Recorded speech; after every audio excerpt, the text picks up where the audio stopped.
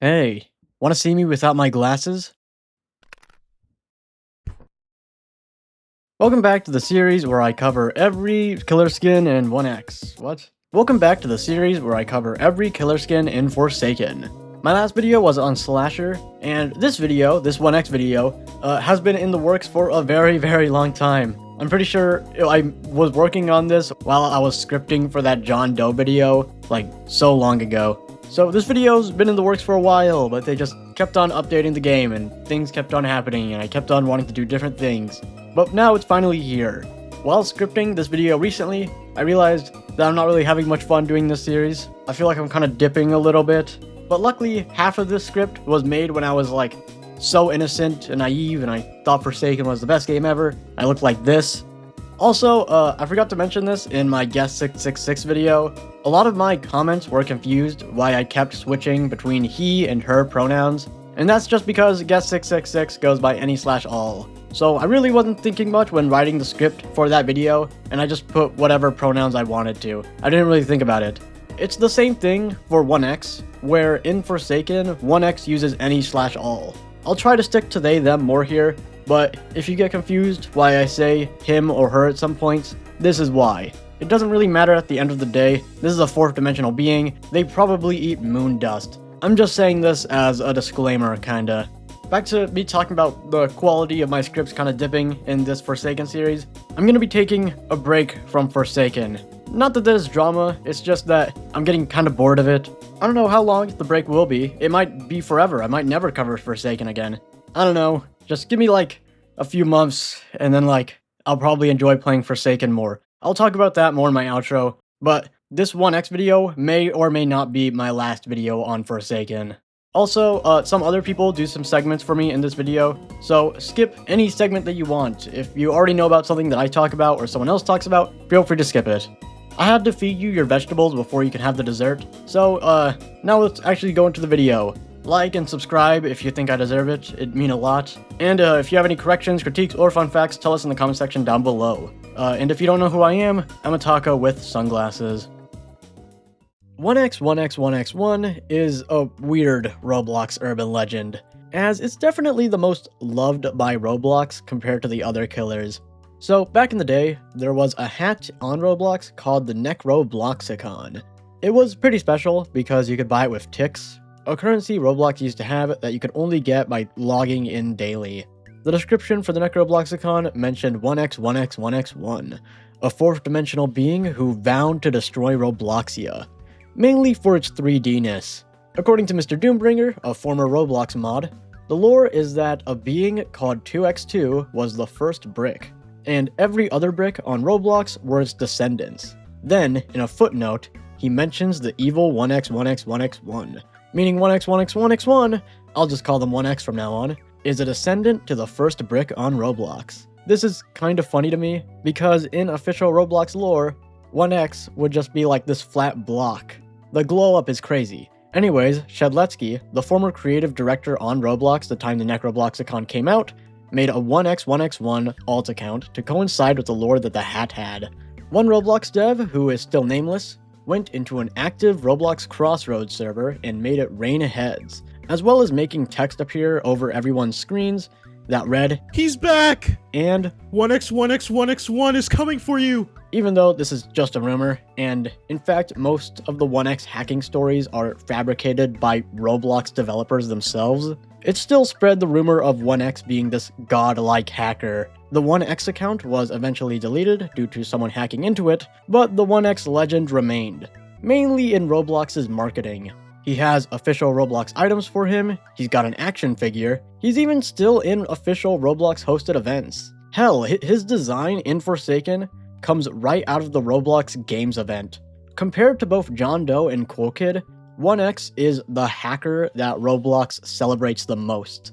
In Forsaken lore, 1x is still technically a byproduct of Shedletsky, but instead of an alt account, he's a being born from his hatred, who hates Shedletsky, of course. Which is why his intro animation shows him crushing his skull in Sword Fight on the Heights, and also why they have a unique last man standing theme when facing each other.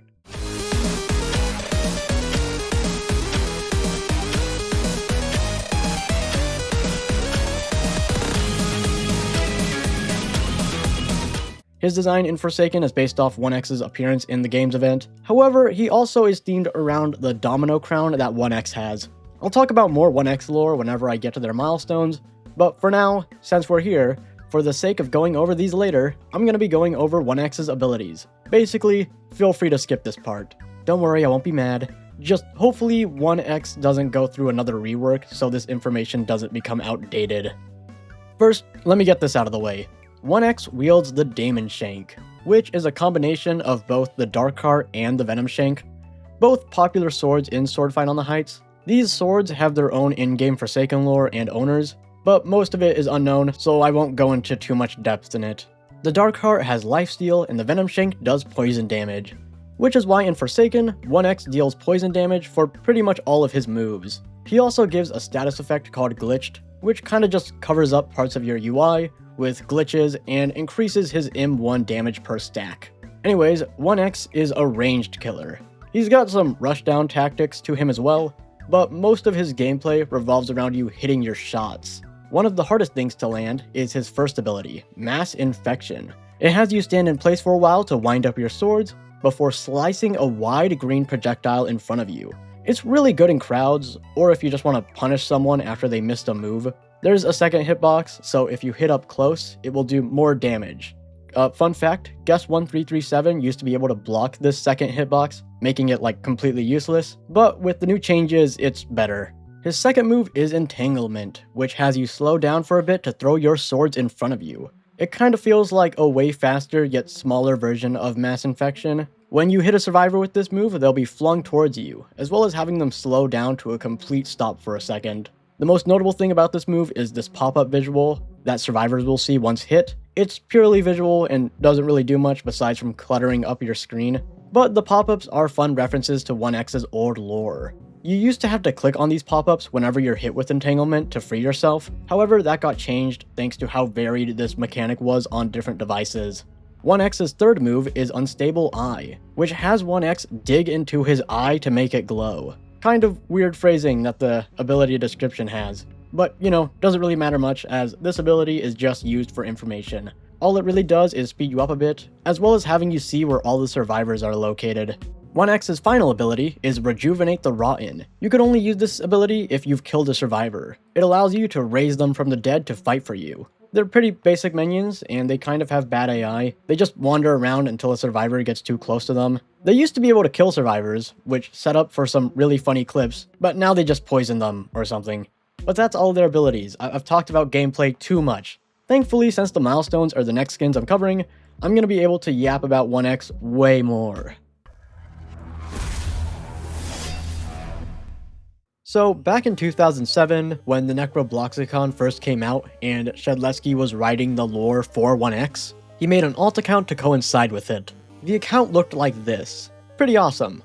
Unfortunately, the account lost the name 1x and someone stole it. The design for 1x after it was stolen was this. Kinda basic. As I stated before, the lore in Forsaken is different. Whereas instead of Shedletsky making 1x just to sell a Roblox hat, 1x was instead created by Shedletsky going through a great amount of hatred all at once. Maybe he just found out Roblox was switching to dynamic faces. Anyways, that hatred created 1x, who is a fourth dimensional being. Imagine being so mad you create an alien demon in another dimension separate from yours. Since 1x is made from Shedletsky's hatred, he is just pure hatred. And all that hate is directed towards Shedletsky. So 1x escaped their home dimension and used that one classic 1x avatar as a vessel to do so. Which is why this avatar looks like this. It's 1x literally bursting out of his old avatar. All the milestones are kinda like this. Since 1x is a fourth dimensional being, his form is pretty incomprehensible. So the milestone pattern kinda follows this fourth dimensional colorful alien thing, escaping from a third dimensional body. This is seen by the purchase quote.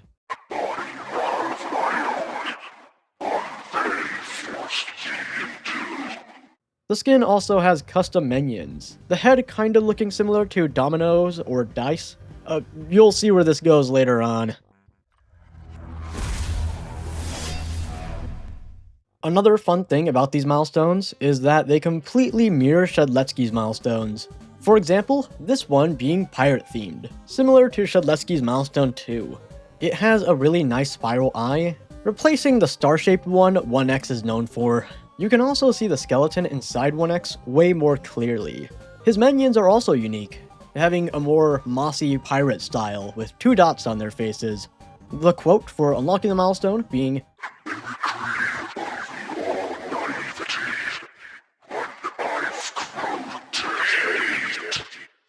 this is of course talking about Shedletsky.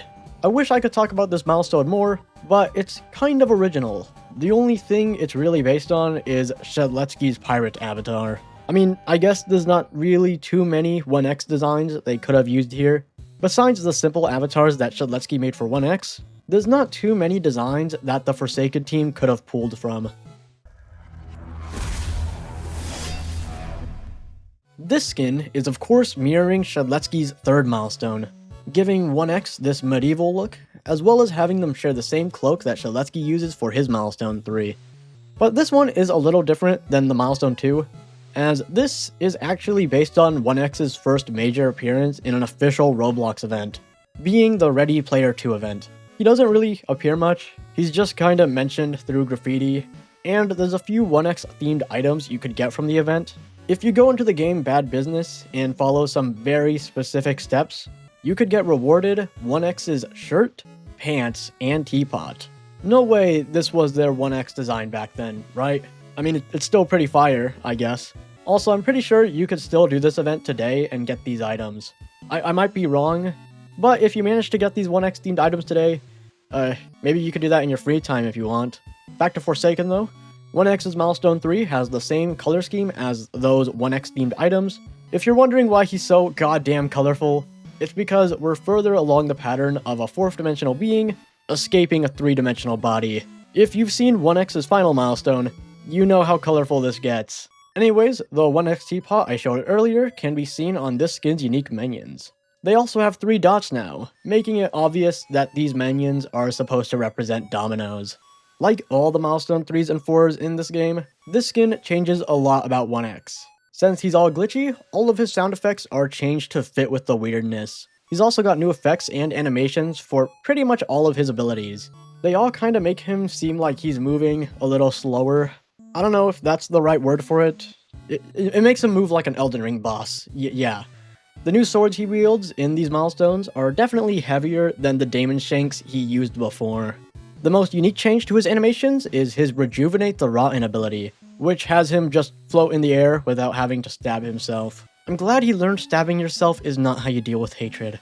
This is also just kind of a reused animation for Hacklord. 1x also has a new kill animation where he slashes through the survivor in front of them in a very fun cinematic way. He's also got a new kill animation against Shedletsky specifically, where he lifts him up, slams him on the ground before punching his face in multiple times. The quote for this skin is,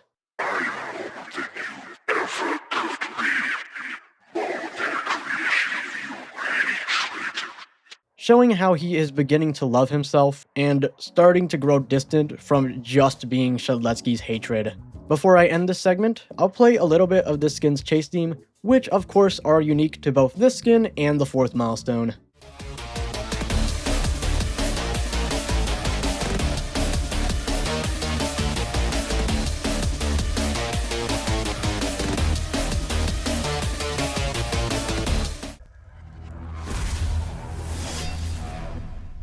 This is 1x finally becoming 4th dimensional, and losing the vessel that he was forced into, being insanely bright, with crazy VFX and a 4th dimensional cube replacing his torso.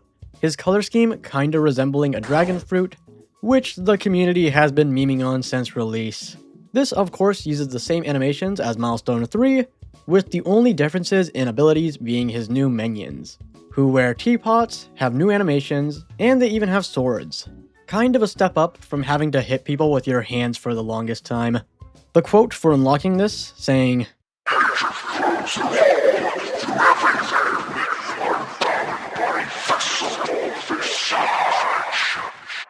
talking about how hatred flows through everybody, and is not bound by a single vessel. The vessel being him. This goes further with the full render showing him and Shadletsky on Svoth, facing off one last time. Okay, let's do a little timeline before I move on to the actual skins. First, 1x is born in another dimension and looks like this, right? So then he enters our dimension by taking the form of this vessel, being the Milestone 1 showing his body rotting. He breaks out of it, becoming either Milestone 2 or just 1x's base form. Then he's like, hell nah, this body sucks, I'm gonna get out of this one too. This leads to 1x trying to break out of his base form to become the Milestone 3, and then when he eventually does, he becomes the final Milestone. Too confusing? Maybe this will make it better. Since Shadletsky and 1x's milestones mirror each other, this fourth milestone would be themed off Shadletsky's. I guess he's also colorful, maybe? Shadletsky's fourth milestone is kind of just him dripped out. So maybe it fits, I don't know. I'm tired of talking about 1x's lore. Someone could probably make a 1-hour video just talking about 1x and that's it. We gotta stop feeding 1x, guys, please, we can't continue this. This is what 1x looked like before the rework. I kinda already talked about this guy's lore and everything. They're just really desperate for attention now or something. I do like this skin, maybe a little more than the current redesign. It's basic, but it's basic enough that it could be used as a jumping point for other skins. It also matches the energy of 1x, but scary. I don't care for it enough to try and get it back though. And I do still really like the current design, especially with the zipper patterns on his body. No one really gives much attention to 1x's cool zipper mouth. Anyways, yeah, what do you think of the new redesign? I will say, there's not too much reason to miss the old one, as you can still use it with this skin. It's the cheapest skin that 1x has, it uses the old render for him, the old sound effects, and even the old chase theme, which is nice.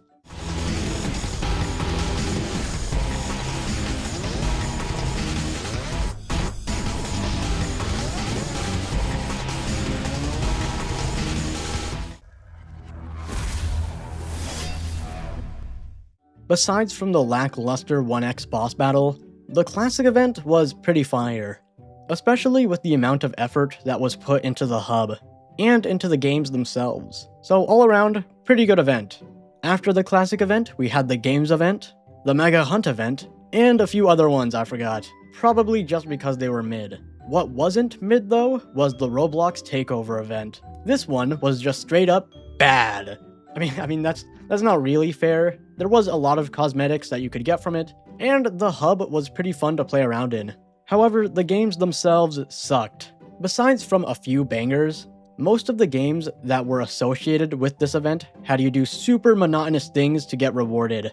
What sucked about that was, this event was a turf war competition, and to compete, you pretty much had to join a crew with people who had 0 lives, and grind every day doing the same challenges over and over again. It must have been pretty worth it though, as the top 100 crews with the highest points all got rewarded this beautiful domino crown.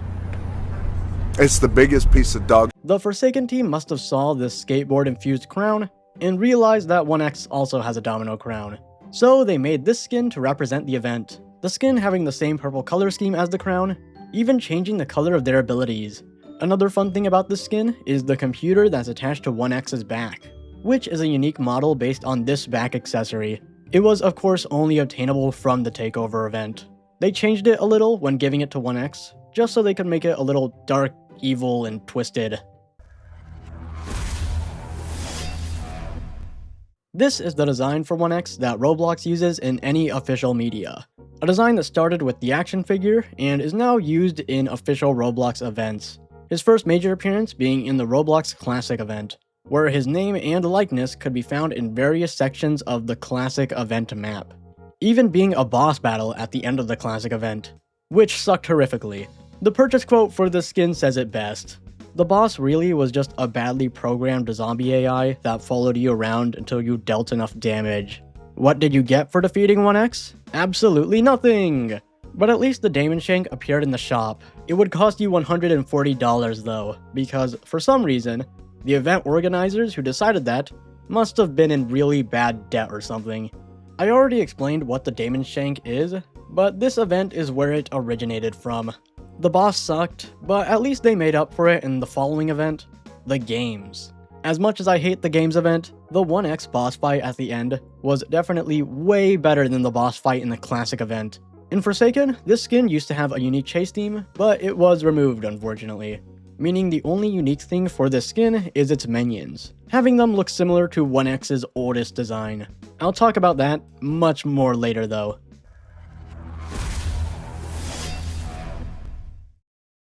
I'm just gonna play it. I am very green, but I'm mean, made of calcium, my bones are nice and clean, fresh you see, now I'm coming to destroy.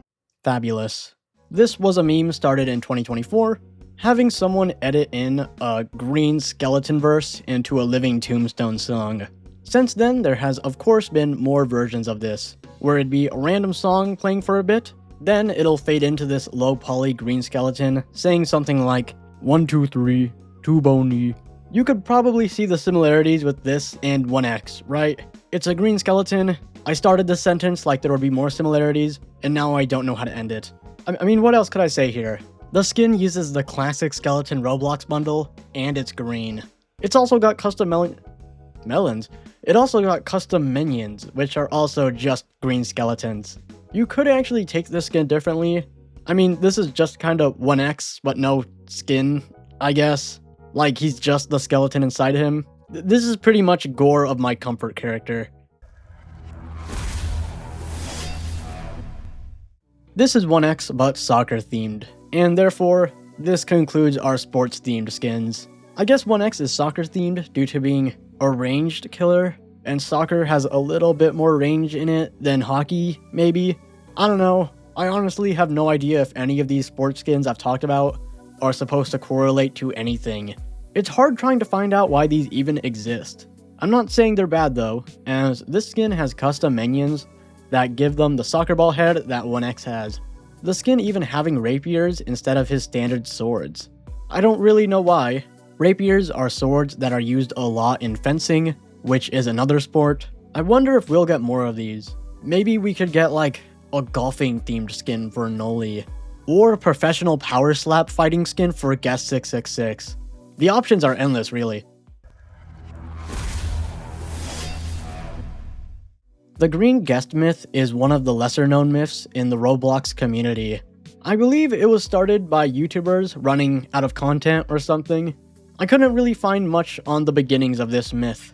However, the main gist of it is just a guest with green skin doing stuff that guests usually can't do. Like talk, use admin commands, some other scary stuff. Very similar to Guest 666. It got semi-popular when YouTuber Hyper made a Roblox movie in 2018 all about the green guest, titled Legend of the Green Guest, a Roblox Story. I thought this might be a Killer Kyle situation where it's a video by kids trying to have fun, but watching this, I immediately knew it was YouTube Kids content. Hey, what is going on, guys? Dylan here, welcome. Dude, why is this happening? Stop freezing. Ugh, dude, what? I am taking over Roblox. Maybe it's just because I didn't grow up with this, but this movie bored me. This thing's only 11 minutes long, and I fell asleep twice. So excuse me if I get something wrong here. The video starts out with that short clip that I showed you earlier. Hyper trying to record a video, but it freezes and the green guest appears. Hyper shrugs it off as being hacked. Don't know why you would shrug that off, to be honest. Doesn't matter, because the green guest is now hunting Hyper for some reason. So Hyper does the only reasonable thing and meets up with his buff besties out in the forest. Apparently these two characters have dealt with the green guest before, and that's why they live in the middle of nowhere. It's kind of a weird plot point because for some reason they completely dismiss Hyper saying the green guest is after him. I don't know why I'm trying to point out plot holes in this thing. There's a lot of them. I shouldn't really even care at this point. Anyways, Hyper goes back to his house, and you know what? I'm just gonna play the clip.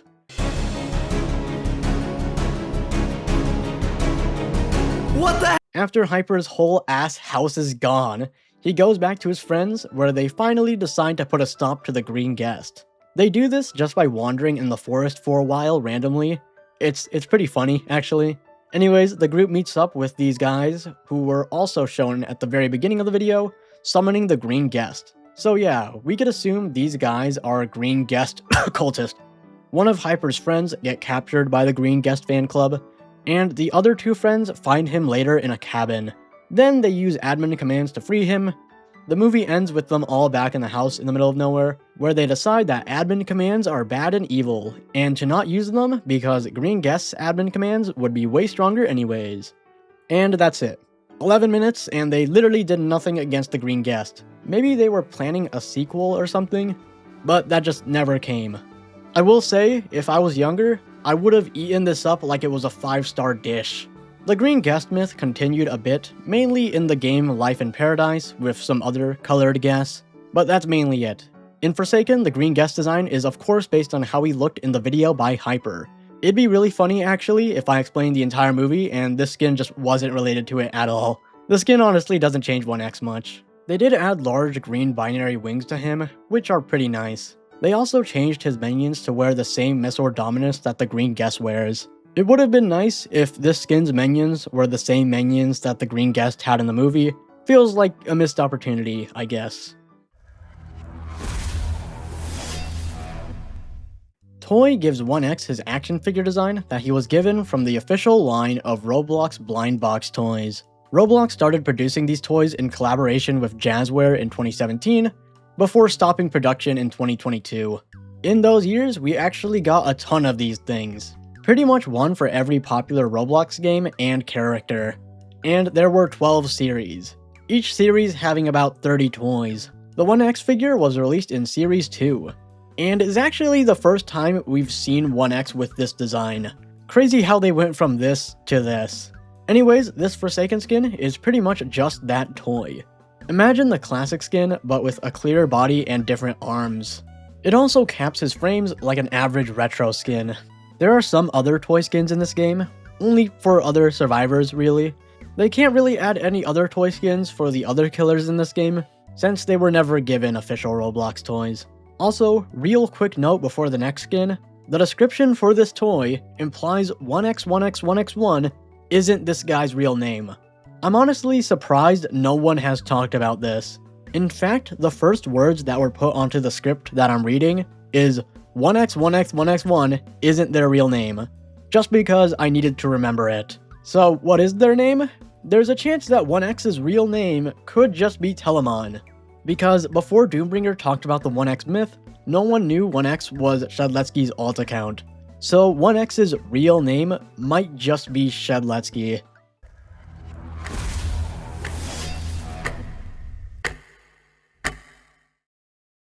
16th Night is based on a character from the Touhou project, a group of shooter games originating in Japan by Team Shanghai Alice and Twilight Frontier. The gameplay seems really insane. I'll put some here so you understand how crazy this can get. I don't really know anything about this series of games, and the more I look into it, the more questions I get. This 1x skin is based on Sakuya Izuyoi, a maid who specializes in throwing knives. They first appeared as a boss in the 6th Touhou project game, before becoming a playable character in the 7th game, which is what 1x's design is based on. Sakuya in this game seems to just kind of hit everything on screen, as well as using the throwing knives I'd mentioned earlier. Maybe that's why she's a 1x skin, as you could kind of reference this with 1x's mass infection. I really wish I could say more about this skin. It's not that I wish for you to play the game instead of listen to me talk about it. I mean, you could. It looks awesome. It's just that my brain is too small to actually understand this. Pride turns 1x into woke? I hope you enjoyed that weird ass noise I made. This gives 1x the appearance of the gender fluid flag, because, you know, they go by any/all pronouns, as said in this skin's description. Unfortunately, I kind of explained this in my intro, so not much to say here. This was released during Pride Month, along with skins for Noob, Chance, and Two Time. It's also got cool purple ability effects to fit in with the coloring. I'm done with my Survivor series, so I have no idea when the next time I cover a Pride skin is gonna be. But just to spread the message right now, be the best version of yourself. You're not alone in this world, and if you love yourself, you'll be loved by many others as well. Yeah, that's right, I'm the wokiest taco now. What are you gonna do about it? Green Envy turns 1x1x1x1 into the first boss from Keyboard Hero Arena, a zombie fighting game created in 2013, where you have to type out words to kill zombies. It's actually pretty fun, having you type out relatively long words as you run away from zombies. The original game is kinda broken, so the gameplay you're seeing now comes from a recreated version. I kinda wish this game wasn't so dead. I'd love for a game like this to be popular today, just so I could flex my crazy typing skills. Anyways, after enough time passes and the first stage ends, a boss will spawn. Of course, being this guy. He starts out with small words, but then each time you deal damage, the word you'll have to type out will get bigger and bigger. He's kinda washed though, not gonna lie. Basically Combat Initiation Jason if he was your English tutor. He makes for a good 1x skin because, you know, he's green and he uses a sword. Not really much else you need. I'm glad Forsaken has this skin because it introduced me to this pretty niche game that I enjoy. It's a shame that no one uses this skin. It's even got unique minions that are given the same appearance as the zombies in Keyboard Hero. This skin turns 1x and all of his attacks monochromatic, which means to have no color. I mean, it looks cool. Not much to talk about though. Well, I guess the purchase quote is referencing this one Friday Night Funkin' song titled Monochrome. Speaking of song, both Monochrome and Infernum used to have a custom chase theme, but I want to mention it because the song was just a remix of another song from Half-Life 2. No one seemed to mention that though, and the creator never credited it. I'll put them side by side so you know though.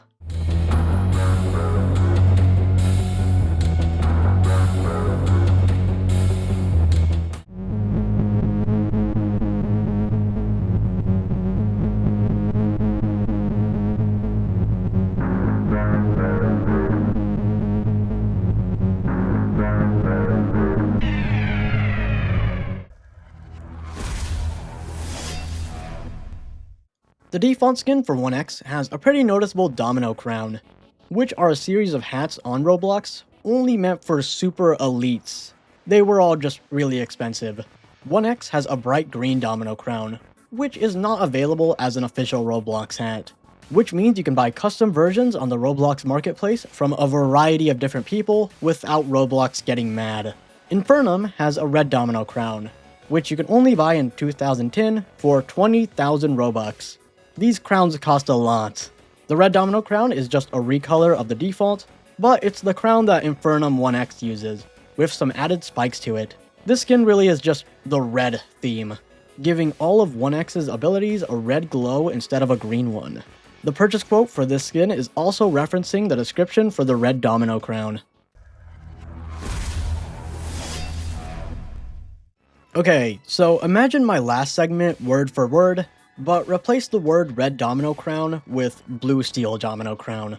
All this skin really does is theme 1x around this one item, which is just a blue domino crown with a steel texture. If we keep up the pace, we can make a pride flag with every 1x skin. I honestly did not expect this skin to have so much lore behind it. I had to play 2 different Roblox games to fully start my Darkness maxing, but now I can finally explain this. Darkness was originally a Roblox game released in 2013 by user Lolaris. Much like Forsaken, it was an asymmetrical horror game where you and a minimum of 3 other survivors had to track down and kill the Beast, with one survivor even getting a Juggernaut role, having better weapons than the other survivors. The Beast's design in Darkness was just a black Robloxian with a red scythe. I will say though, I can't actually play Darkness 1. The game just wouldn't start no matter what I did. However, there was a Darkness 2. That one's gotta work, right? Well, they weren't lying, this is Darkness. The game was pretty popular, and got about 3 million visits. Unfortunately, this game has less hype than Big Chungus does right now. No one is playing Darkness, which is pretty sad to see, as the Beast character was popular enough to get an official Roblox toy in 2017. The toy kept his main design, but gave him a red hood to make him stand out more. In 2024, user Saucify made a Roblox game titled The Outlaws of Robloxia, a game where you play as a sheriff taking down the outlaws of Roblox. Be it a teapot mech, cool kid, or as you probably guessed, the Beast. In Outlaws, you fight the beast in the same facility you have to survive in Darkness 2. You can kill him pretty easily by turning on the lights of the facility. The only real thing to note about this boss fight is his design, which is the same design Forsaken uses in their Darkness skin, replacing 1x's swords with 2 scythes, and giving 1x a red outline to mimic that of the game. For some reason, this skin also uses the same minions that the classic skin uses. I don't think this has any importance to Darkness at all though. Illumina themes 1x around a popular sword from Swordfight on the Heights, of course named Illumina, and it's Shadletsky's favorite sword from the game. It's why Shadletsky uses the Illumina in his Milestone 4. Maybe this implies something in lore, like this skin would be happier or something because they don't use the Daemon Shank. I don't know, I'm just trying to pad out time so the gameplay could be on screen longer. I do want to mention though that this skin uses a platinum domino crown. Eventually we'll run out of domino crowns for 1x to try on. Ace of Spades turns 1x into Ace from RecallAHollowHeart, a YouTube channel and ongoing ARG. I've talked about RecallAHollowHeart before, back when covering Dragon Dude, but I'll explain it again just for my killer series. I still really recommend watching the original series, or just go watch somebody else talk about it in full. So what is RecallAHollowHeart? Well, it's a YouTube archive page that is uploading old videos created by Dragon Dudes 3. Most of the videos follow him just making skits with his friends and hanging out. Sometimes they just do random stuff with Beatles songs in the background, meaning I can't play any audio from this series thanks to copyright. Dragon Dude's friends are 64 Gamer, Purple Sub 01, and Ace of Spades. You can tell that this series is supposed to be very old and retro, judging by Roblox actually being fun back then. All is normal for like 2 videos, until Ace of Spades goes missing, and the videos shift to just having Dragon Dude and the other 2 friends. Then some weird stuff happens. The videos eventually just follow Dragon Dude talking to his friends, pretty much losing the old YouTube video format, and just have Dragon Dude trying to uncover the truth of his disappearing friend. All would be going well until he starts seeing this thing in every game he goes in. I don't need to say what this thing is, but it's essentially a warning sign. It means he's being watched, and whatever is watching him is the same entity behind Ace of Spades' disappearance. This is confirmed pretty early in the series, once Dragon Dude finally finds Ace of Spades for the first time. If you couldn't tell from this encounter, Ace is no longer Ace. Instead, he's the host for whatever entity is behind all of this. The entity in RecallAHollowHeart is kinda weird. The lines are kinda blurred on how much influence this entity has over Roblox itself. Like, this thing can just do whatever it wants. This monochromatic style and the weird structures are signs that the influence is watching. And once Ace of Spades is controlled by the influence, they are turned monochromatic as well. That's all I'm going to talk about though. There's some more lore stuff I could probably get into, but I already got everything that I needed to out of the way, so I can finally explain this skin. So yeah, this skin is pretty much Ace of Spades once he got corrupted. His purchase quote arises from the 27th video in the series, Anti-Night. He's also got custom pop-ups whenever his entanglement hits, referencing the spooky words Ace was saying back when he reunited with Dragon Dude for a bit. The skin also has unique minions, which are monochromatic, faceless versions of Forsaken characters, implying that when he kills someone, he corrupts them with the influence. There's even a small chance that the minions will look like either Purple Sub 01 and 64 Gamer, which is a really fun detail. Ace also has unique sound effects, of course, making him sound all corrupted and bit crushed. Last thing I want to mention that I kind of have to explain a bit. Since this series is trying to seem like it's really old, it uses a lot of copyrighted songs that I cannot play. A few of the songs being popular Beatles songs. My favorite use of this is in the 19th video in the series, Strawberry Fields Forever Roblox music video, which is of course just a video of the 3 friends dancing in different locations, trying to remake the music video for Strawberry Fields Forever by the Beatles. I'm only saying this as you can actually hear a slowed down version of Strawberry Fields in the win animation for this skin.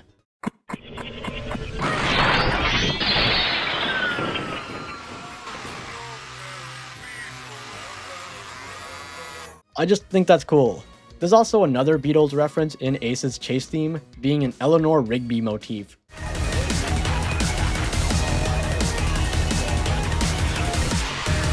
It's not too obvious, and I can't really play a side-by-side comparison, but you know, it's the one song that goes like, "Ah, look at all the lovely people." You know the one, right?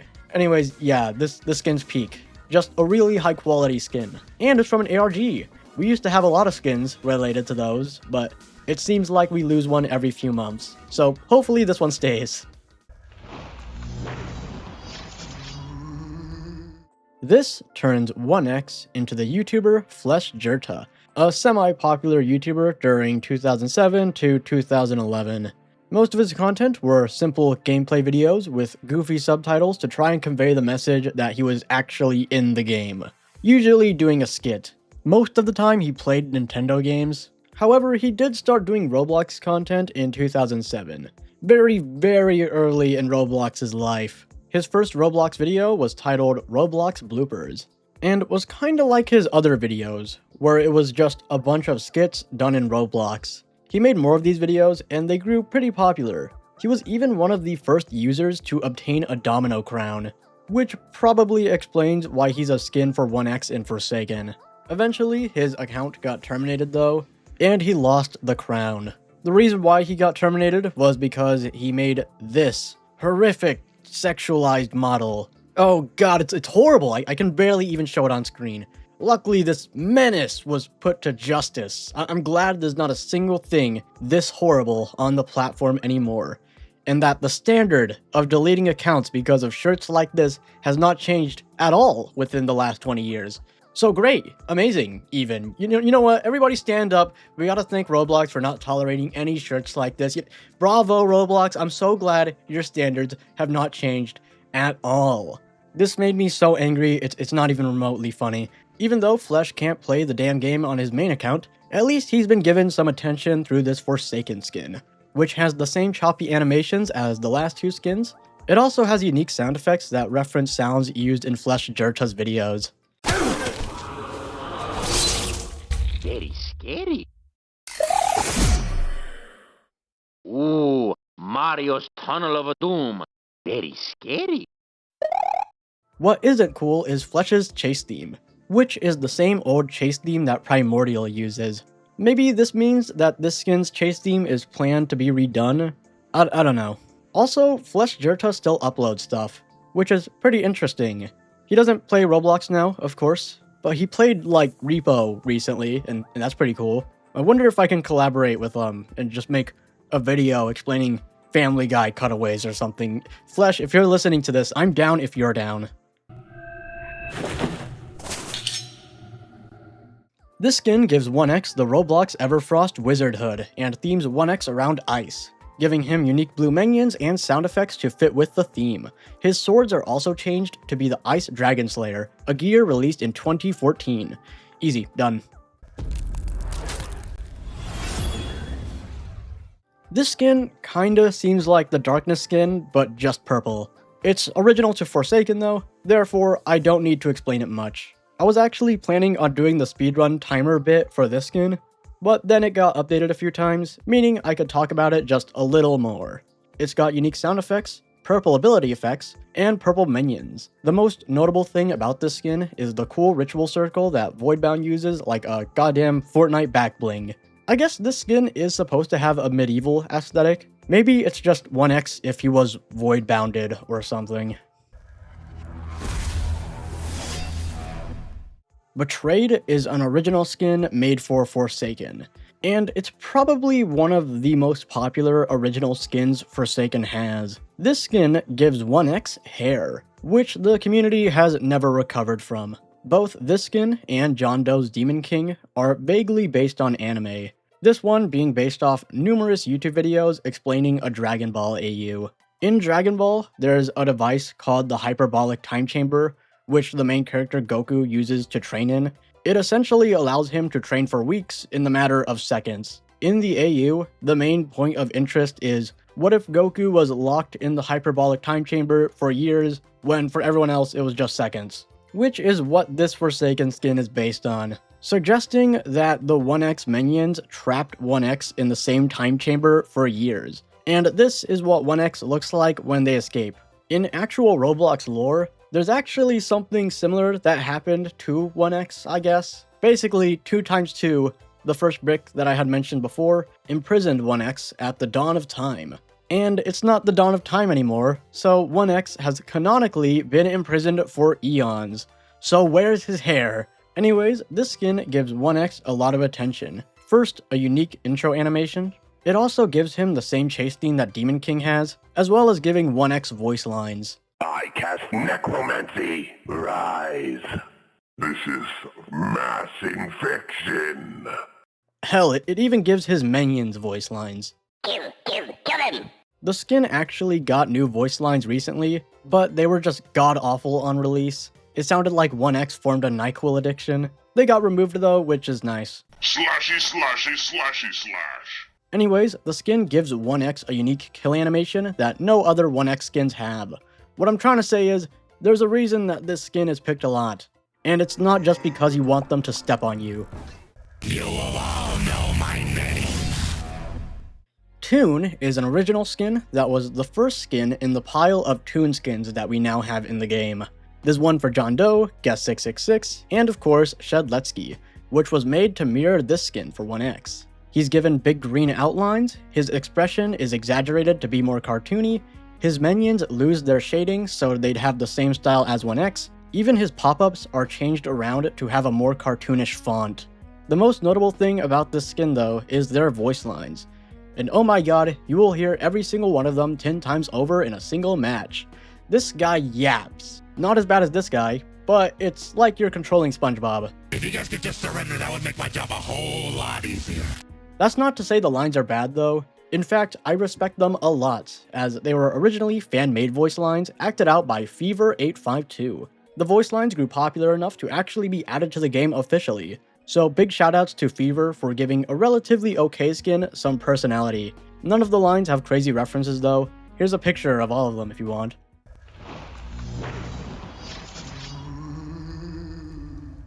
This is 1x's actual classic skin. While that classic skin is based on how Roblox uses him in official events, this skin is how 1x looked before everything. The design that Shedletsky used when he made 1x. It's pretty similar to another design though, the design of the Roblox spirit. The spirit originating from an old creepypasta, labeling what we now see as 1x as a spirit. The story went that if a user on Roblox died, their spirit would be reborn into this avatar, where the spirit would haunt the games that you liked to play. I can't really talk much about this creepypasta, as the only version of it I found was edited down so much that I was really just reading cliff notes. I don't really think there's any reason to talk about the spirit too much, as I honestly don't know which one came first, Shedletsky's 1x design or the Roblox spirit creepypasta. Doesn't matter though, as the purchase quote even states that this skin isn't the spirit. Counting this skin, we pretty much have a Forsaken skin based on every official version of 1x. Their original design being timeless, the design for the account that stole the original's name being the Milestone 1, and finally their toy design, which became the classic skin. I actually do not think we could get another skin for 1x themed around his original appearances, unless they do a really lame one like this. This skin has quite a lot of love put into it for a classic skin, not as much as Living Legend for John Doe, but still a considerable amount. Timeless gives 1x custom sound effects, all making him sound retro and glitchy. He even gets his own chase theme, which kind of sounds like the song Mecha Nolith, a song by Kevin MacLeod that was used in a few Roblox games. I'll play it here so you can decide if it inspired the 1x chase theme.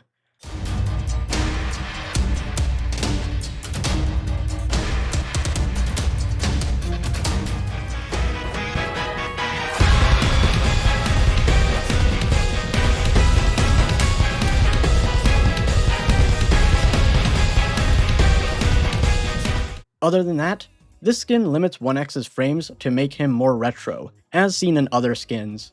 It also gives him the same retro minions that the classic skin uses. I do wonder, if this skin was canon, would it be older or younger than our current 1x? What hides inside dies by my hand.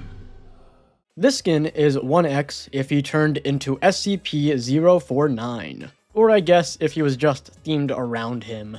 If you don't know what SCP is, it's a forum filled with multiple short horror stories and scenarios, all based around several scary entities. Kinda like the creepypasta forums, but more professional, I guess. I myself don't care for SCP at all, purely thanks to personal reasons regarding the people who run that site, so I'm gonna do the only logical step, skip this part entirely, and fill it with the history of the doorknob.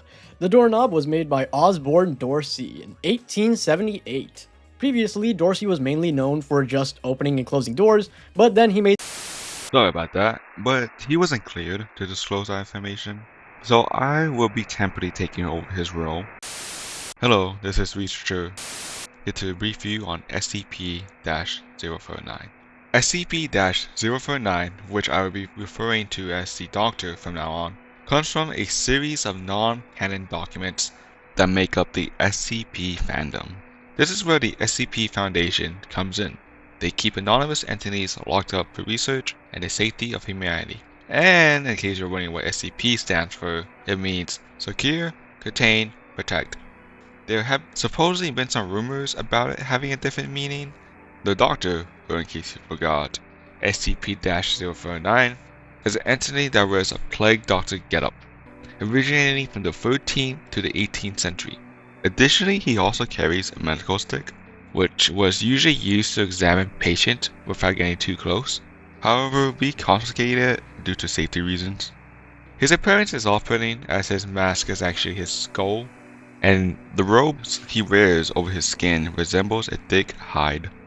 Unlike Plague Doctors before him, he attempts to cure a rather strange disease that he calls the Pestilence.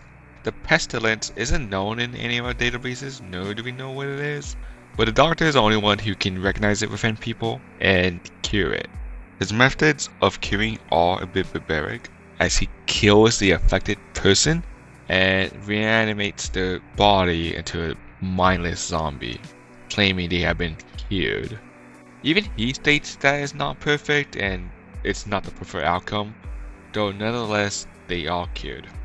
Now that we got to know him a bit, let's go over his interpretation in Forsaken. The Doctor, now named the Pestilence, funny, keeps the same design, retaining his mask and thick robes, but now adorns a grey anonymous crown and has bright green eyes. Side note, I personally think they could have done without his crown, but that's just my opinion. The Pestilence carries two weapons. One is his medical stick, which seems to be based off this one image. The one in Forsaken is a long black pole with an hourglass on top, wings on the side, and sharp edges on both ends. His second weapon is a huge syringe filled with strange green liquid. I don't know what this is supposed to be or where it's from, but I'm guessing it's just there to fit his role as a doctor. To pair with these weapons, he has a custom kill animation and other animations for his move. To go along with them, he also has the voice lines that I really enjoy, as he's not killing survivors for fun, but to cure them, since he believes that they carry the pestilence. He's a bit of a yapper due to how long his voice lines are, so they tend to overlap a lot. The Pestilence entanglement also has custom pop-ups that say to take his cure, but out of most of them, this one is pretty interesting as it's a direct reference to the SCP Wiki website, where most SCPs came from. Another thing is his minions, SCP-049-2, which are some D classes that he cured.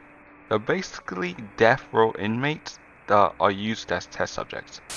That's all for this debrief. This was Researcher, and remember, we die in the dark so you can live. Also, by the way, Pestilence's mass infection animation sucks. I hate it. Like, I don't know where he's aiming. Like, where are you aiming, sir? You keep on spinning. Yeah, anyways, next segment.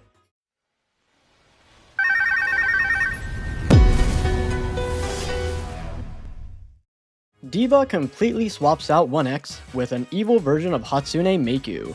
She was made by a circle group called YCCM3. She originates from Project Diva Deep Blue. If you watched my Diva Deo segment back in my Cool Kid video, you know that I don't know anything about this thing, but I'm gonna give it an honest try, I promise. So Diva originated from this Friday Night Funkin' mod, and if you don't know what Friday Night Funkin' is, it was like this little web show about these like 4 characters, the characters being Ed, Tom, Matt, and Tord. Most of their adventures just followed Ed, mainly going through some kind of... Hello everybody, I am Grim, I work on the Forsaken Wiki, and I write the scripts for these videos. I've been counting down the days to talk about the Diva segment, but it kept getting delayed every single time, so finally I get to talk about Diva and how cool she is and stuff. Before we begin, I'd like to say that this story may get a bit gory and graphic at some point, so if you don't like that type of stuff, I would just recommend skipping through this part of the video where I just talk about the skin itself. Since Taco said that there will not be any more Survivor skin explanation videos, this is just my blatant excuse to talk about Ghoul 2 time. Lucky you get 2 for 1. Anyways, Diva first originated from a Friday Night Funkin' mod posted by Red Seas, a popular Friday Night Funkin' modder, which showed a scary version of Tato and Niru encountering an evil like Miku, which is an alternate version of Miku if she was twisted and filled with hatred. This mod got really popular after a bit, which the creator finally posted lore about this version of Miku. They stated that Miku was in her prime. After a while, they felt they needed something new. This created Akita Niru and Kasani Tato to join the lineup, creating Triple Baka. But soon, the singers' voices gained more popularity, leaving Miku to be forgotten by society. She starts mourning and thinking how this could have happened to her, and sooner or later, the directors forced her to sing songs with more threatening and gruesome lyrics. This heavily impacted her mentally. And after a while, this just started breaking her apart, where she started to harm herself to the point of insanity. At some point, after a few months or years, she felt something new, something she has never felt before. Due to being left behind, she thought that everyone was just using her just to become popular, then leaving her in the dust. Then, she decided to change her name to Diva and go meet her friends once more. She wanted to share this new feeling with her friends. She first met with Yaoni Haku, who was in her home at the time. Diva broke into her house, telling her about this new feeling she had, with her appearance resembling a porcelain doll. She then got an idea to use Haku to begin her rise back to fame, attacking Haku and turning her into a sick-ass guitar. Yeah.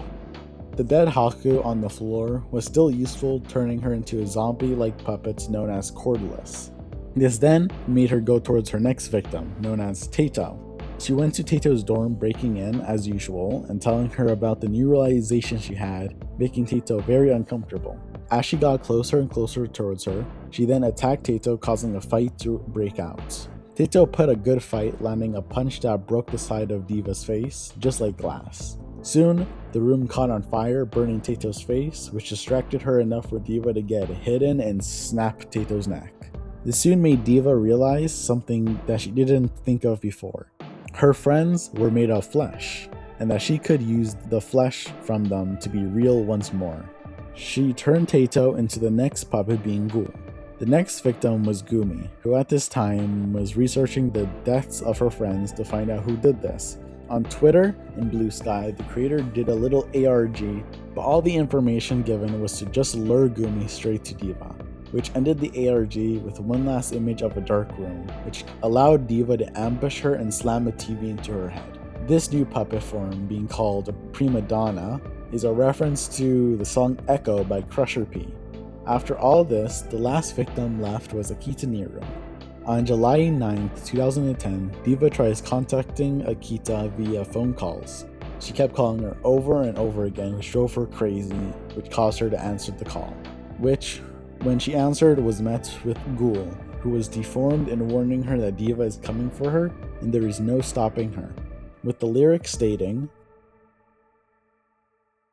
Akita tried running, but Diva was faster, beginning a final standoff between them. Diva, when she was Miku, had a close connection with Akita Niru, a love towards her, which can be shown in the last standoff, as unlike the others, where she just killed them off after a few minutes, she sang with Akita Niru as a last dance between them. Nearing the end, Diva finally explains the new feelings as Niru's vision and mind begins to warp, until Niru finally dies, just like the rest, naming the puppet version Muse.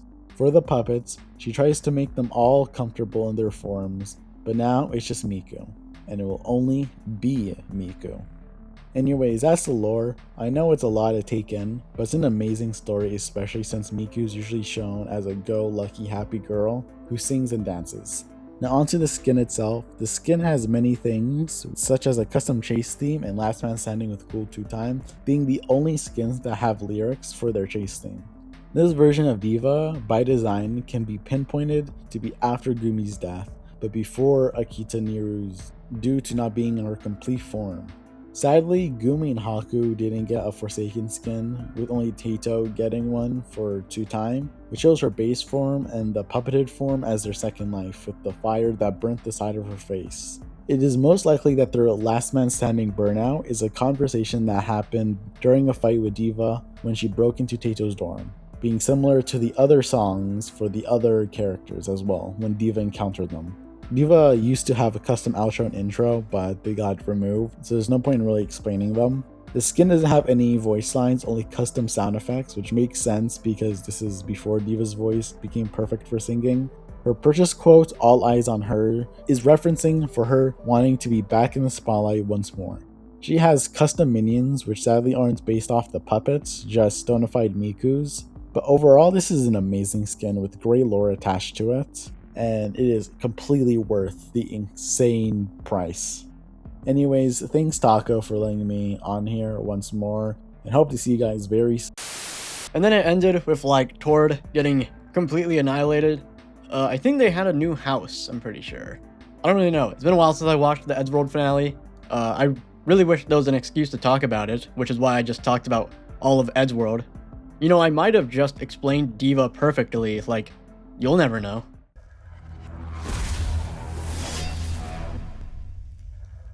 This skin is you. You are now in Forsaken. I knew you could do it. I'm so proud of you. Yourself comes from an interesting bundle of skins, turning the killer into whatever avatar you're using. This skin used to be used a lot in cosplays and stuff. I've seen a few fun things with it. But unfortunately, a lot of the accessory slots got removed in this skin, meaning if you have a coat or a back accessory, it won't show up on this skin, which sucks. The only accessories it does accept are really just head or face accessories. Note, this is still the most expensive 1x skin. The last skin was 3,500, meaning this one skin is 4 times that amount, plus a little bit extra. If you couldn't tell, I'm a little mad about this skin. I do get how they have to make it so you can still tell who the killer is with a yourself skin. However, I at least wish they lowered the price down a bit. Besides from the price, it's still a pretty nice skin though. It doesn't change the color of 1x's abilities, but it does change the effects around 1x's body, depending on your torso color. It also uses the same chase theme that all the yourself skins use. I'll play a part from my John Doe video because I kinda did a good job visualizing the theme in that video.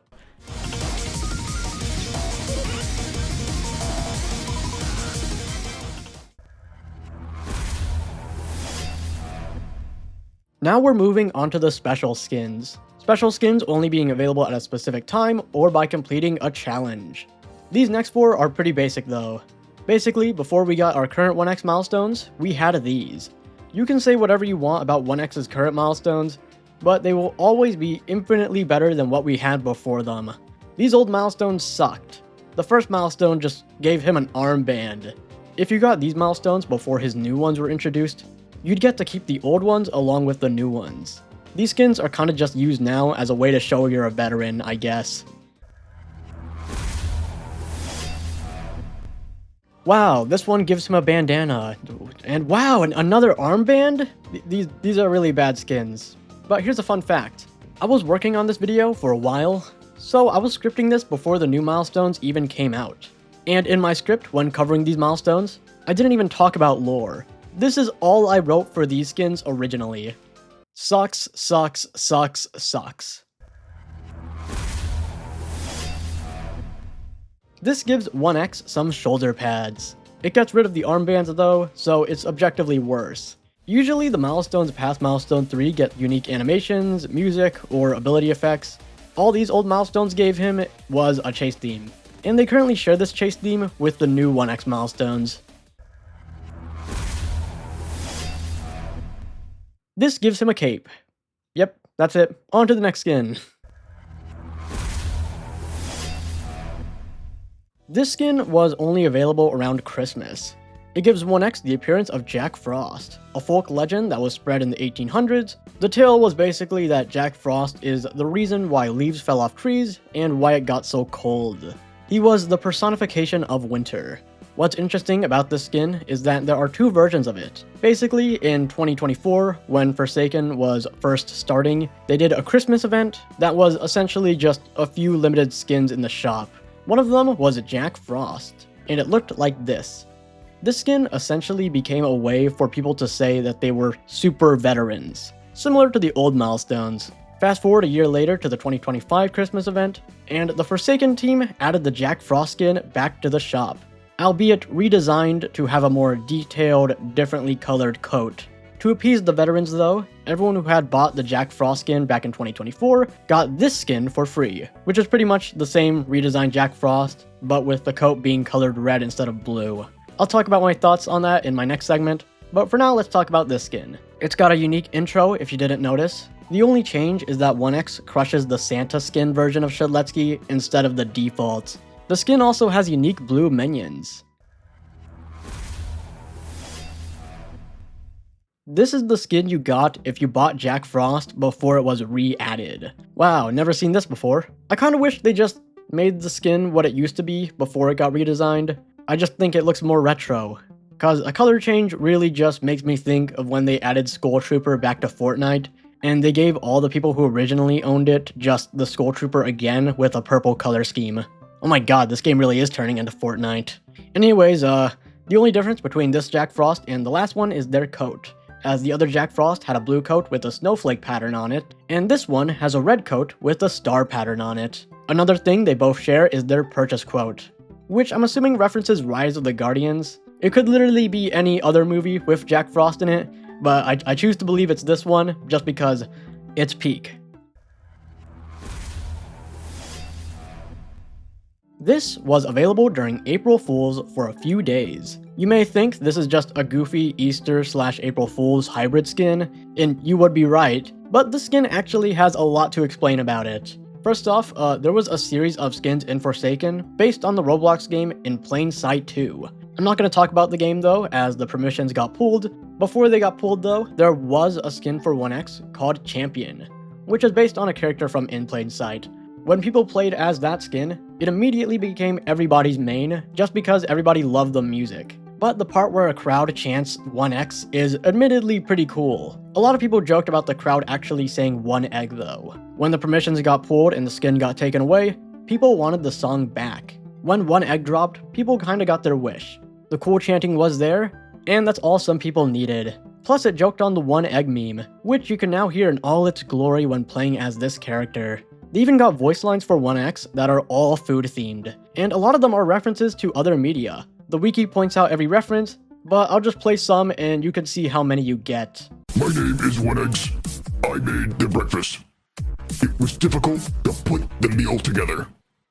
But unfortunately, something went so wrong, and now I can't do anything but sing the stupid song. My name is 1x. 1x. 1x. 1x. 1x. Shedletsky, we have to cook. Salt, vinegar, and everything sinister.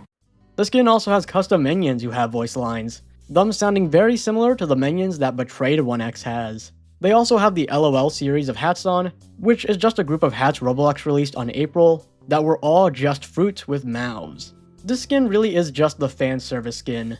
And no, not that type of fan service.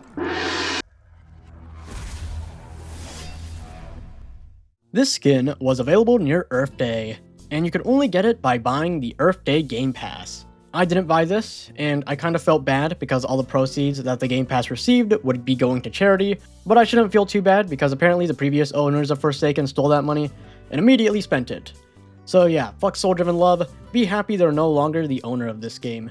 And you know, fuck the Earth as well, I hate the Earth. Anyways, Guardians is a 1x skin that originally you didn't need to buy a Game Pass for, but then they removed it from everyone's inventories and made it so you can only get it with the pass.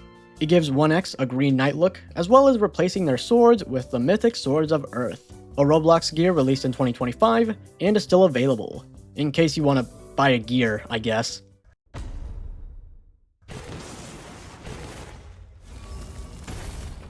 You could only get this skin by killing 50 Shedletskis as 1x. It takes a while, but I think it makes sense given the source material.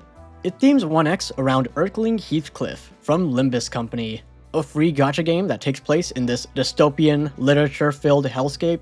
I don't really know anything about this game, besides from having some friends who love it, so like my Pestilence and Diva segment, I'm opting out of this one to avoid giving out misinformation. Hi, told you I'll be back. Okay, before I go into the lore of this skin, if you're playing Limbus Company and you haven't played Candlesticks yet, I would suggest you skip this segment, because I will be spoiling the entire thing. With that being said, Hacklord, or Hacklord Shelletsky, where to start with this beautiful, beautiful skin.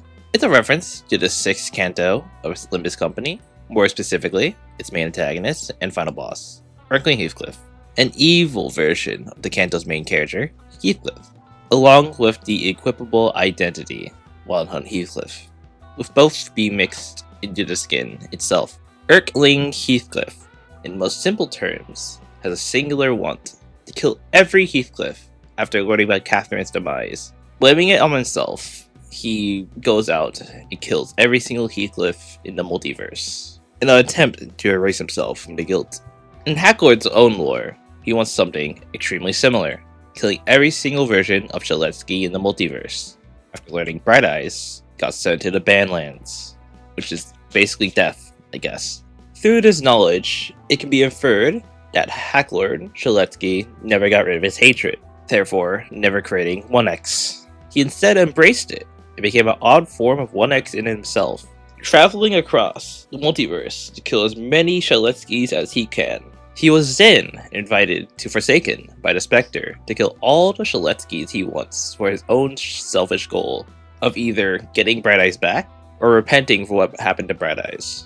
Lore-wise, it's rather interesting how they used the lore of both Erkling Heathcliff and melded it much better into the lore of Forsaken, instead of just verbatim copy-pasting.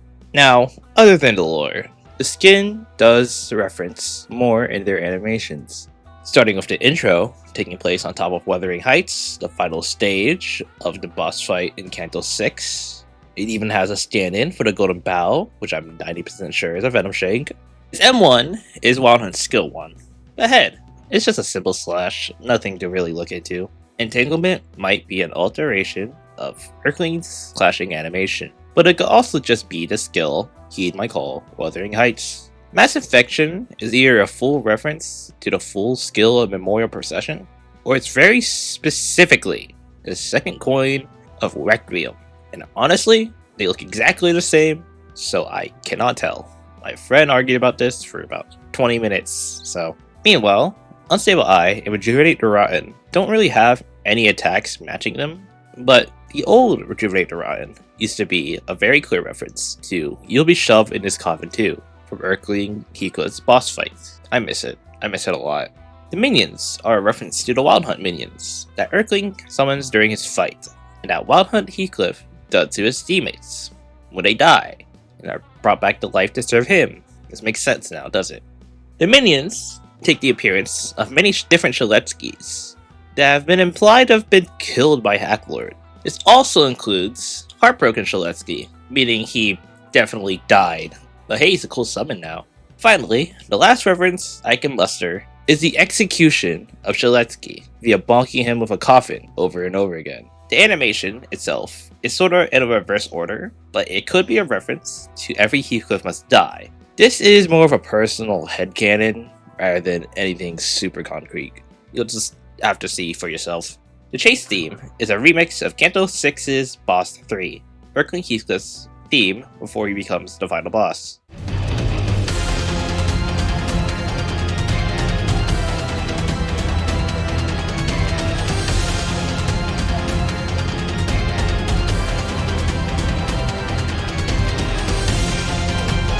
Meanwhile, Heartbroken and Hacklord have a remix of Through Patches of Violet when they are in LMS. This is my favorite LMS, and you cannot tell me otherwise.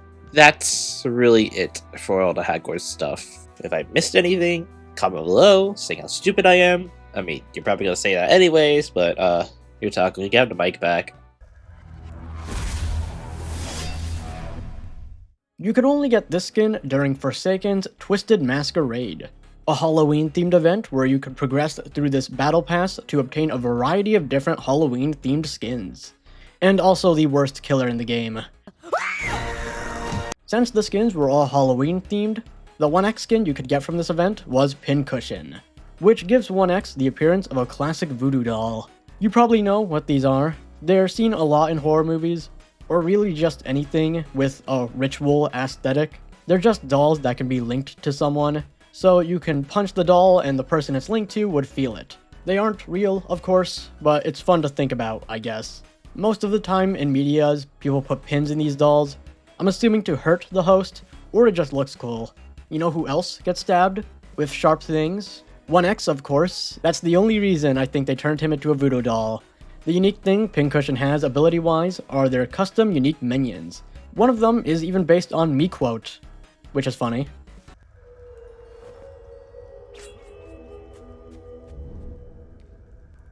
This is an interesting one, as you can only get it by beating the final boss of Chapter 3 in the Battle Bricks, an entirely separate game from Forsaken. I don't really play Battle Bricks, so... Hello, this is my segment too, as I am totally qualified to do this part. The Battle Bricks is a game made by... Hello again, this is Researcher here to explain to you the model skin for 1x. SCP? That's not even to pronounce the alphabets. What are they even talking about? I know what you're here for. You're here for me. Hello. Just kidding, I have played Battle Bricks, so I'm doing this segment still. If the multiple guest thing annoyed you, remember that feeling and save it for later. I'll bring up why in the outro. Anyways, as may be said by one of those people that showed up for a second, Battle Bricks is a Roblox tower defense game inspired heavily off of Battle Cats. Your goal in both of these games is to protect your base from enemy soldiers by spawning in soldiers of your own. If you destroy the enemy's base, you win, and if your base is destroyed, you lose.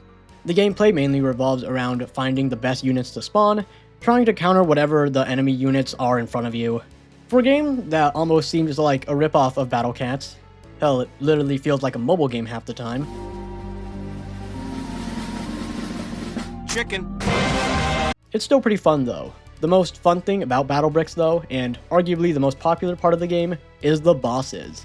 The boss fights are especially fun because the last boss of every chapter is always based on a character from classic Roblox history.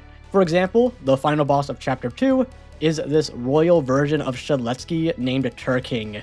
There's 4 chapters in Battle Bricks. Each chapter has 30 levels, and every 10 levels is a boss fight. We'll be focusing on the 4th chapter though, which is themed all around heaven and angels. The final fight in the 30th level being a showdown against Clockwork in Dodge the Flying Teapots of Doom.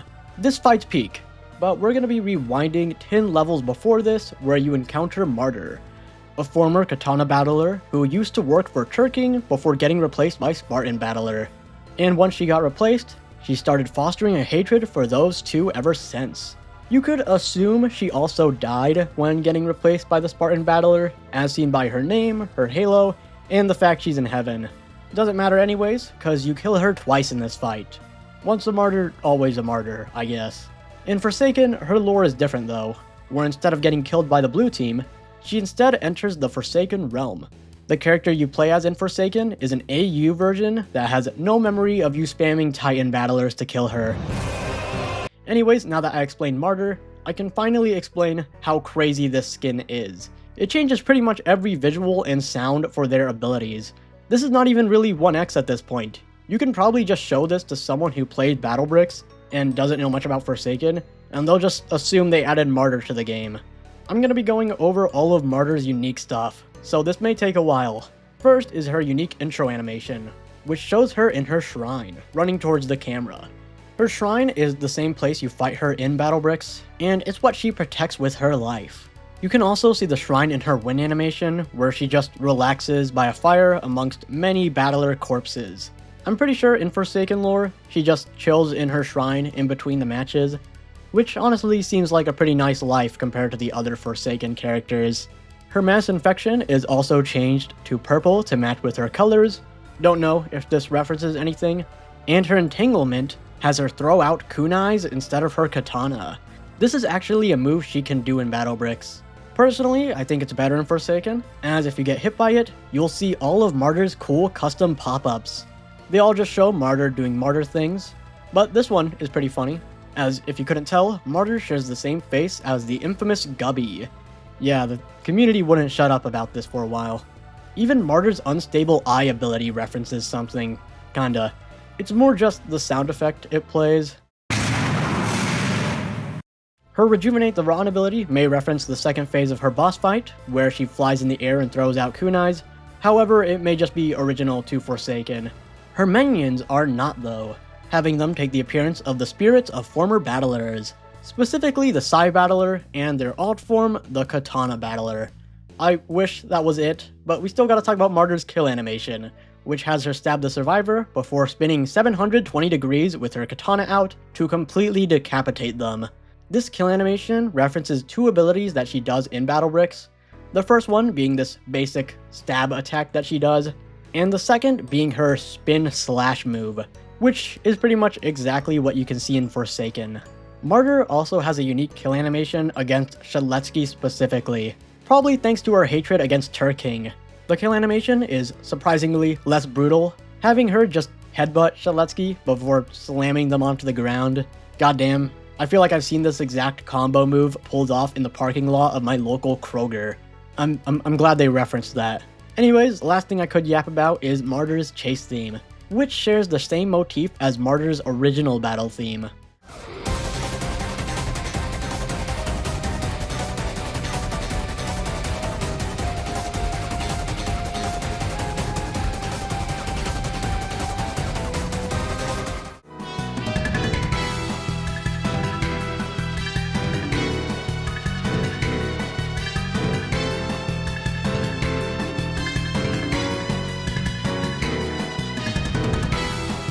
This skin is just fire. The chase theme itself should be enough to beat Chapter 4 BattleBricks to unlock this skin. You will play BattleBricks to unlock this skin. You will beat BattleBricks Chapter 4 to unlock this skin.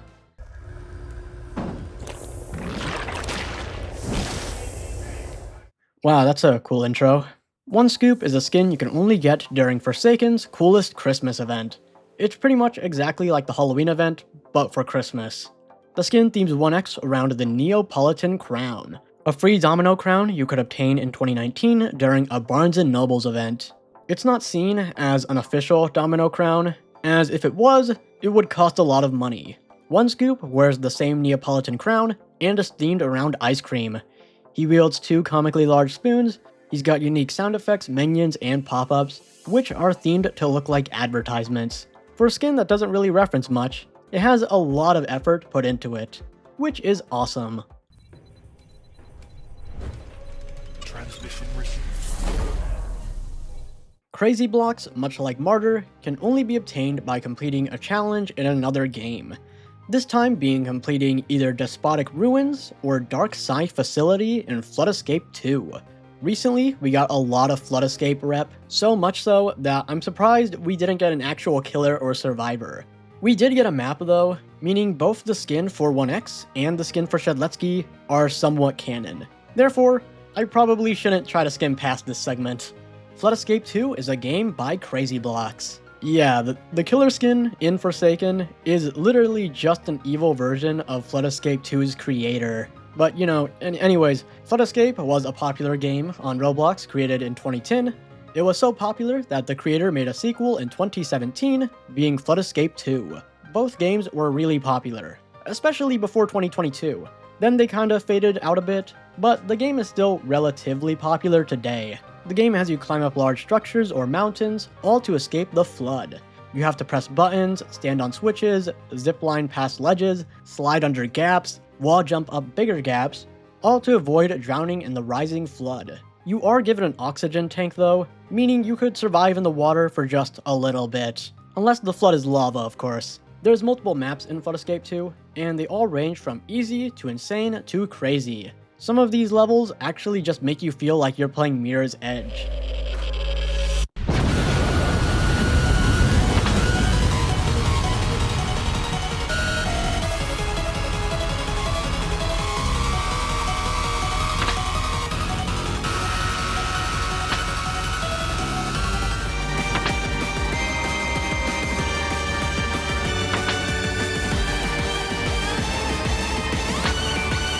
just make sure to turn off player auras, as that will definitely mess you up at some points. You can get these auras and trails using the coins you got from each level, and I'm so mad about that because they got rid of the little guidelings that ran the shop. Now you can just access the shop wherever with the UI, which is fine, I guess. Anyways, the 2 levels you have to beat to get this skin is Despotic Ruins and Dark Side Facility. You don't have to beat them both, you just have to beat one of them. Dark Side Facility is a little harder to beat, as it's the insane difficulty, and takes place in what seems like a computer, while Despotic Ruins is the hard difficulty and takes place in what I'm guessing is an abandoned mining facility. The skin itself is of course the creator of Flood Escape, but he does have some fun lore to him to make him more 1x-y. In Flood Escape, Crazyblox is the creator of the Flood Escape in Flood Escape. It's confusing, but basically, he created the Flood itself. His lore in Forsaken goes that Crazyblox was doing some experiment on the Flood in his facility, and the guide tried to stop him. The guide is a prominent character in Flood Escape. I mean, he's the guide after all. He's even a skin for Shedletsky, which you'll hear me talk about more soon. Anyways, before the guide could stop him, Crazyblox messed something up and fell into his own creation, that being the Flood. While he was trapped in the Flood, he was forsaken, meaning either it's the Flood itself that turned Crazyblox evil, or him entering the Forsaken realm. We don't really know.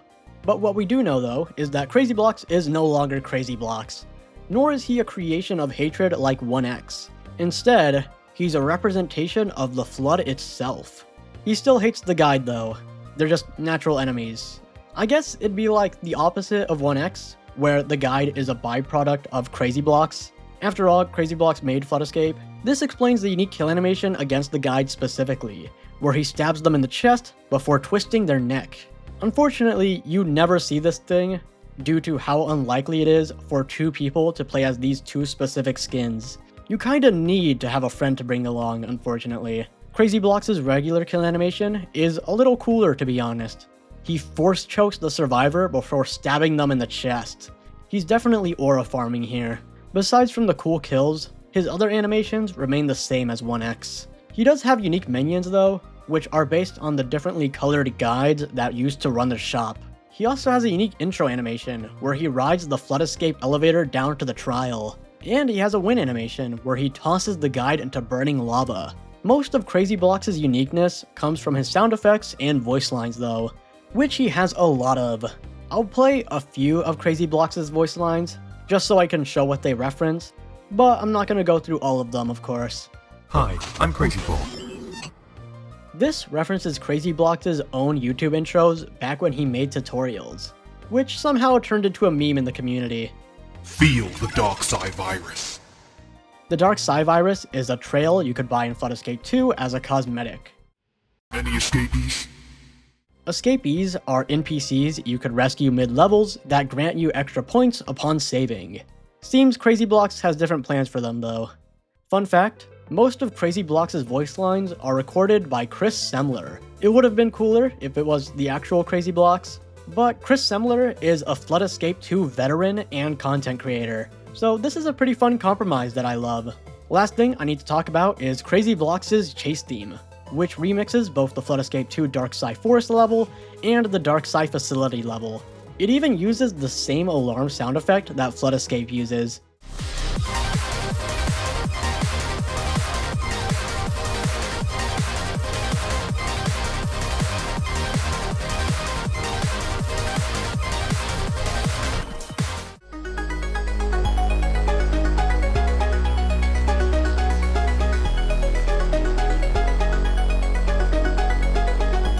This is probably one of, if not my favorite chase themes for 1x. It's tied between this and the Martyr skin. Crazyblox probably gets bonus points as this skin has a unique last man standing theme against the guide skin specifically. It uses the same sound effect as when you're the last escapee in a map, or enter a crazy difficult level. And it uses the old music for the Beneath the Ruins and Familiar Ruin level.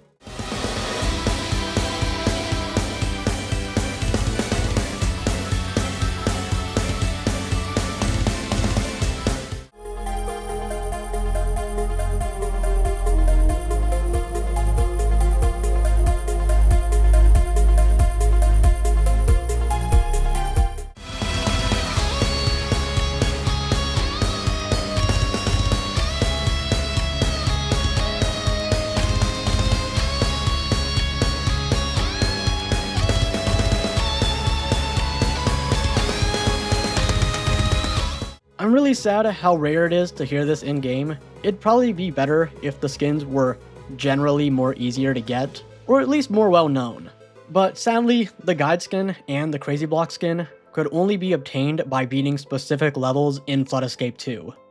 Just kind of unfortunate. Okay, last skin. I'm dying. Eye of the Abyss is a skin you could only get by purchasing the VIP Game Pass. The theme around this skin is what if 1x didn't use 2 swords and used a bladed staff instead? Surprisingly, a lot changes. Literally every animation they have. The intro you saw earlier, their win animation, which I'll play now, and their new animations for all their abilities. It's actually pretty cool. Like, this is a different character completely. Not really anything to reference here, but it's admittedly a sick skin.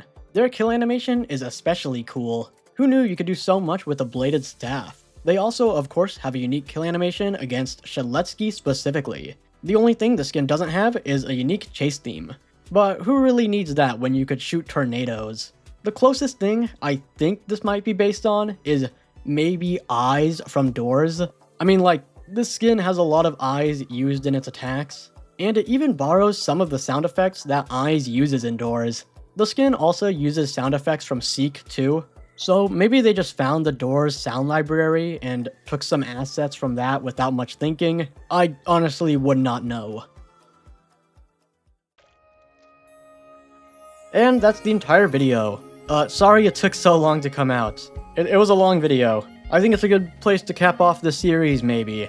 I'm going to be taking a break from the series, as said in the intro. I don't know if I'll come back to it, to be honest. Remember those 3 people that helped me with, like, those specific segments?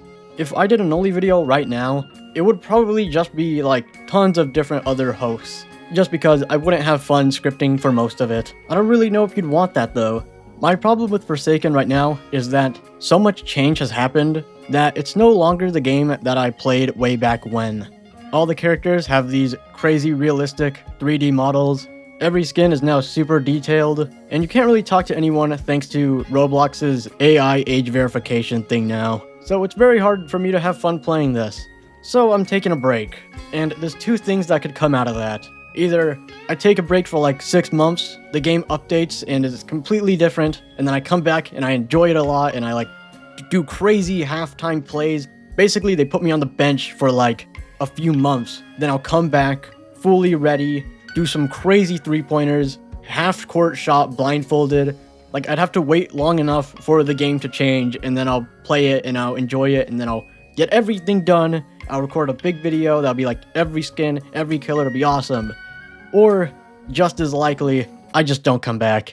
This might be my last Forsaken video. I don't know if this game will ever feel like how it did when I first played it.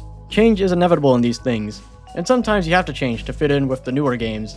But the changes that Forsaken is making to their style just makes me not enjoy it as much. Not to mention, all my other friends kind of stopped playing Forsaken. I can't really like get people to play this game with me, for obvious reasons. That doesn't mean I'll stop making content though. There are a ton of other ASIMs that I really want to talk about. You know what, actually, let me just tell you the list of games I will talk about in the future. Die of Death, still, of course, my goat. Pillar Chase Recode, Devil's Dawn, Blockbound, Bite by Night, Termination Protocol, and Terror Realm. Those are all games I'm pretty excited for, and if you have a game that you think is a banger that's coming out, please tell me in the comment section below so I could do all the research on it and make a cool video about it. And I also got some content that is coming out that isn't based off one specific ASIM, or even just ASIMs in general. So if you want to stay tuned for that, you should totally subscribe. I want to hit 50,000 so I could get my next milestone. I'd be happy, I'd be very happy. Anyways, yeah, I know this is kind of disappointing to end a series on such a lame note. I kind of wish I did something else, whereas like, I have all the people that helped me in the series come out and like, do their crazy song and dance or something.